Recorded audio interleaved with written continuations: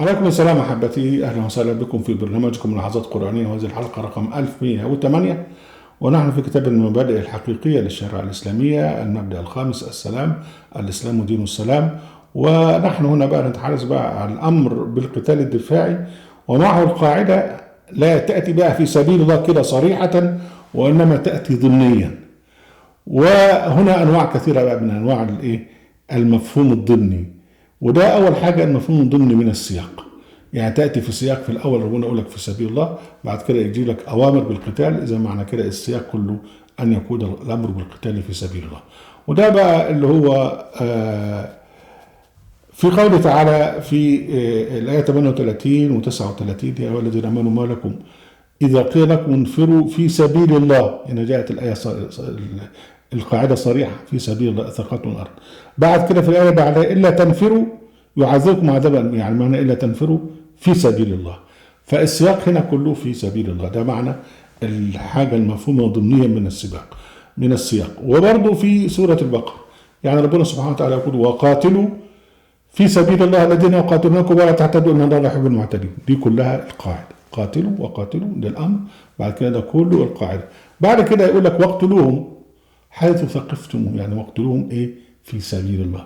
السياق ربنا مش هيكرر كل شويه في سبيل الله، طالما ان الجمل كليتها او الايات كليتها بتتحدث في موضوع واحد. واقتلوهم حيث ثقفتموهم واخرجوهم من حيث اخرجوكم، حتى اقتلوهم حيث ثقفتموهم واخرجوهم من حيث اخرجوكم، ده هم اخرجوكم من هنا معتدين. والفتنة أشد من القتل ولا تقاتلوهم عند المسجد الحرام حتى يقاتلوكم فيه فإن قاتلوكم فاقتلوهم. ده قلت معناها قاتلوهم، هم اللي بيبدأوا بالعدوان. كذلك جزاء الكافرين، وهنتعرض بعد كده ان كلمة الكافرين ده بيكون مفهوم منها على حسب المصطلح ان دول المعتدين سلوكيا. فإن انتهوا وتوقفوا فإن الله غفور رحيم. فتوقفوا توقف بقى. وقاتلوهم حتى لا تكون فتنة ويكون الدين لله فإن انتهوا فلا عدوان إلا على الظالمين.